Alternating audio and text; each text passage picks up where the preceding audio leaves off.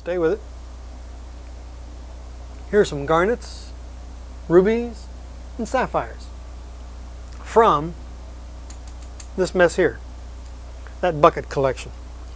So, you know, it does happen. Okay, let's get away from that. I got to make sure I put all these in the right spot, you know, in the right container. We've all had our fill, I'm sure, of the dinosaurs and all that. And of course, some of the movies, this is where it all began. And this is something you need to get a hold of. I've been trying to get a hold of some people from Haiti, and because this comes from Haiti. And then my daughter-in-law, she went to Mexico, and they said they sell it down there real cheap. I paid, what, $35, I think, for this thing? What is it? It's petrified tree sap. It's amber. And what it is, it's got a part of a bug stuck in it. And this is where they took the DNA, you know, and they made the movie and all that kind of stuff. But it was kind of cute that way. And here's something I got from India. Get those cards and letters out there. Contact some people. This is something you don't want. It's yellow, all right? All yellow rocks are sulfur. All green rocks are copper. And these are yellow with red. The red is the only known poison to man. It's called arsenic. The only known poison to man is from a mineral. Most herbs and good things and poisons are out of plants. Well, this is one of those that it's actually from a rock itself, arsenic. And I have another pride and joy. Let me see if I can get this here. Have you noticed the rocks are getting smaller? They're getting smaller because they're worth more. Look at that. Look at this. Let me turn that a little bit. It's a diamond, right? This little yucky looking thing, gray looking thing, that is a diamond in the rough. Came from South Africa.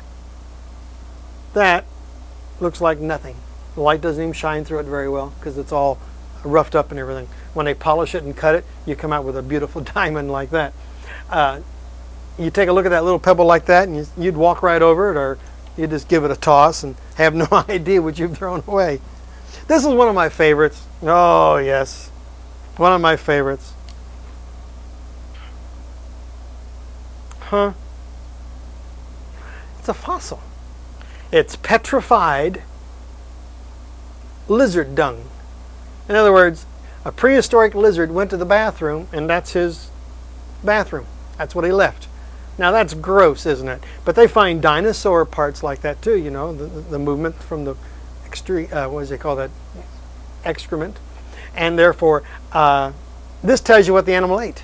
But I thought that was kind of cute. I got that in Arizona. Just a little thing to add to the collection. And that brings me back to the very beginning of this whole thing. What's the whole thing?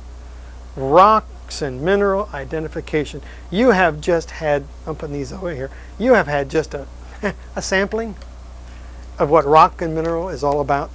But you can play the tape back, and you've got some great words that you can use and clues and helps. I want you to keep your eye open for this rock here. If you find it anywhere at all, please send it to me immediately. This rock has almost become completely extinct. It's from the Amazon River in South America.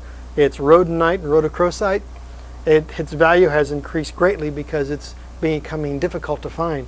But I don't know if you've heard in the news as years go on, they find new gold fields and new this and new that. It does happen. So when these new areas are found, then your price of your rocks sort of crash. Look at this one. I got this rock right here for 50 cents. Now I think it's considered priceless. It's a rock from our moon. That's right. And how about this one? Not very priceless. I got that near the Arizona crater. And that is a piece of the meteorite that made the hole that made the Arizona crater. 1 mile wide and half a mile deep. So you see what you can do? You shop around and you get these little things. That little black guy there, he was called a tektite. Okay? So you look for these things to add to your collection. And by the time you're done with this, I mean, look at me. I'm getting old and gray. I've had this collection for a long time. And I can't sell my collection because my son wants it. You know how inheritance is. But you see what I'm trying to say there? Talk to your grandma and your grandpa, your great-grandmother. Check around in the family. They might have a rock sitting like this thing sitting on a shelf, and they say, yeah, I don't thing's been sitting around. See if you can get a hold of it. But please remember, if you can keep the rocks small, you can make a very nice, attractive rock collection. Otherwise, you're going to end up with shoe boxes after shoe boxes. And like myself, my collection is in about 9 different boxes. So it's really all over the place. So anyway, that is Rocks and Minerals. You have just seen 4 lessons. 3 families: igneous, metamorphic, and sedimentary. And in the sedimentary, you have fossils, which is a whole new series that we'll get into. So I hope you enjoyed the tape, and at the end of the program you'll see, get in contact here with the email and check out the website. So I hope you enjoyed it and hope you've learned something, because this is what Rocks and Minerals is all about: color, luster, money. But it's something to enjoy because there are so many varieties in rocks and minerals.